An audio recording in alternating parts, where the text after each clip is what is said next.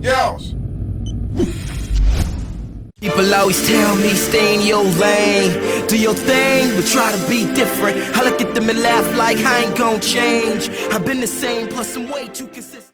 What's up guys, it's X-Rays and welcome to a new Under the Knife dissection. Today we're going to be taking a look at the AN-94 assault rifle. It is one of the hardest guns to get, and it's quite possibly one of the best assault rifles to use as well. Now, the reason I picked this is because you guys wanted to see this in the next comparison with the M27.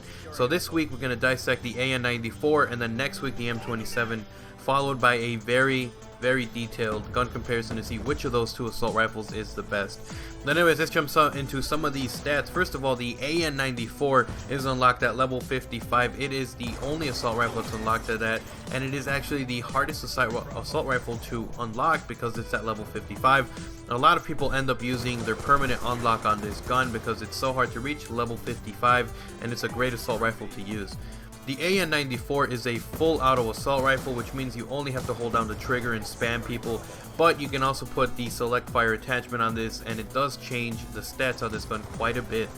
Starting off, the AN-94 has 30 rounds per clip, which means that it actually has a decent, it's a normal round amount. The only thing that has more is the M8A1, which starts at 32. With extended clips on this gun, you'll end up with 40 rounds in the clip, so it doesn't really bump it up that much. But again, if you're the kind of guy who likes to rush around and not worry so much, an extended clip is recommended for you guys. The damage on the AN-94 is 40 at its closest distance, and the minimum damage is 24, so it is kind of a very steep drop off from its high damage to low damage when it comes to the distance. Jumping into the next thing, the AN-94 has pretty different rounds per minute, or the fire rate.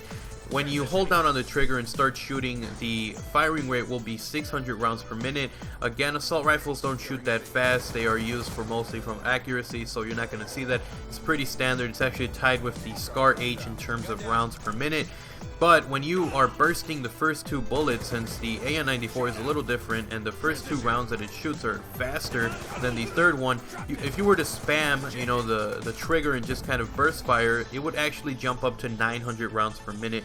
So a lot of people actually end up using the select fire attachment on this assault rifle because they like having that higher rounds per minute, and it also has lower recoil. The time to kill on the AN-94 is 0.1835 to around 0.38, so it actually has a very short time to kill. Again, varying from those using the 900 rounds per minute or the 600. If you are burst firing, you will actually have a faster kill time than if you were to go full auto.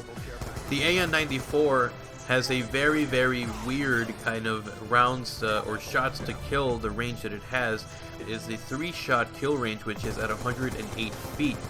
That's a lot different from the M8A1 and the FAL. Both of those guys kind of kill really quickly and they don't really have a set amount.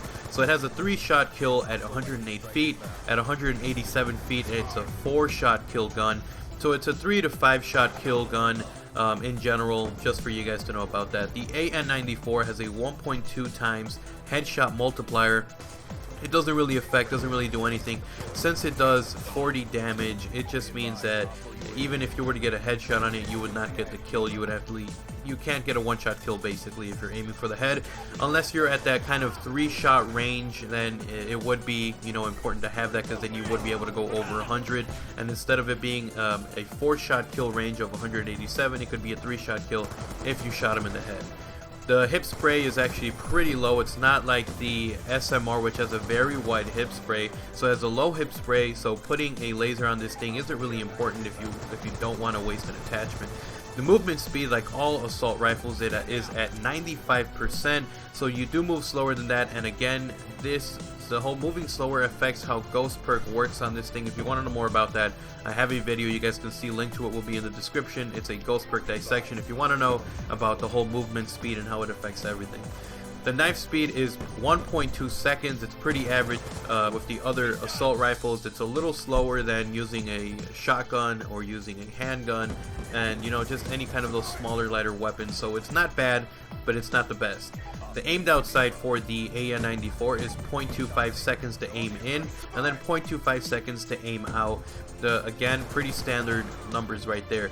It actually has a slower raise time to raise the gun at 0.7 seconds, and it has a standard drop time of 0.35 seconds, so it raises, the time it takes to raise the gun up is a little bit slower than, say, the SWAT, the FAL, the MTAR, those kinds of guns, but it is not that much of a difference.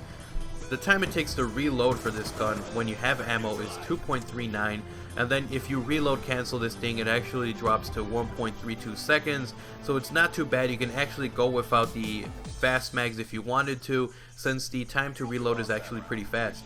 If you were to go completely empty on the gun and reload and go through the whole animation, it would take 3.12 seconds, and if you reloaded canceled by running, by sprinting, or by just doing double Y, then it would be 1.43 seconds. So overall, guys, the AN-94 is a great assault rifle to use. The recoil is pretty minimum. If you use it, it's a medium to low recoil. It's not bad if you are burst firing this gun. You can actually get away with doing a lot of damage with this thing. It has almost no recoil when you are burst firing it or when you put the select fire attachment. Anyways, hope you guys enjoyed today's episode of Under the Knife Dissection. If you guys enjoyed, remember to leave a like and a favorite if you really enjoyed it. And also, guys, leave a comment down below. What do you guys want me to dissect next? Leave it in the comment section down below. Apart from the M27, which I'm going to be doing for the gun comparison. So if you have a perk, a score streak, anything you guys want me to dissect, leave it in the comment section down below. And if you guys are new to my channel, go ahead and hit subscribe. I have a lot of this info that's going to be coming out for you guys that want to know or are interested in just, learning little things about guns and perks. Go ahead and hit subscribe. My channel is youtube.com/OGXrays. And I'll see you guys later. I hope you guys enjoyed. And Max I'm out. Peace.